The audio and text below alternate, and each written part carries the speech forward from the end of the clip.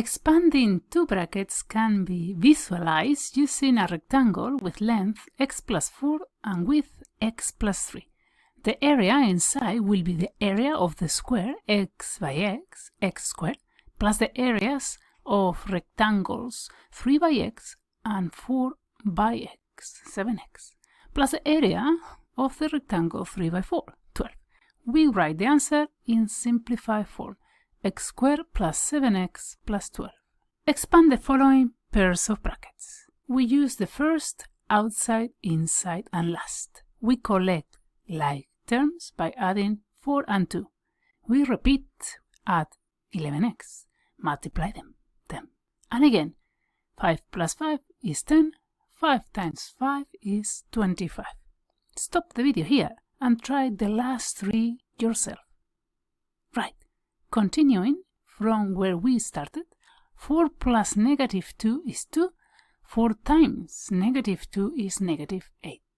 In the next one, minus 7 and plus 7 cancel each other out, x squared minus 49. Last but not least, we multiply brackets out first and we double each term. 2x squared plus 14x plus 24.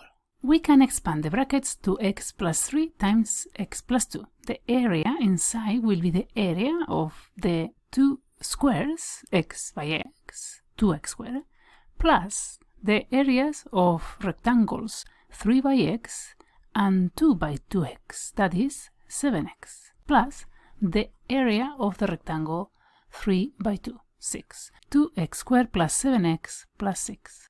Expand the following pairs of brackets. The first one starts with 2x squared plus 4x plus 3x plus 6. The most common mistake is to forget multiplying 2x by 2. The simplified quadratic has 7x, not 5x as the middle term. The second one starts with 3x squared and has 3 times 4 plus 1 as the middle term, 13x. The constant is 4. The third one has a negative sign in front of 3 that needs to be taken into account. 2x squared minus x minus 15 is the expanded quadratic. Stop the video here and try the last three yourself. Right, did you try? Right, the first one, 5x squared minus 17x plus 14. The second one, 16x squared minus 1 because the middle terms cancel each other out. And last but not least, negative 3x squared minus 13x plus 10. Want more practice?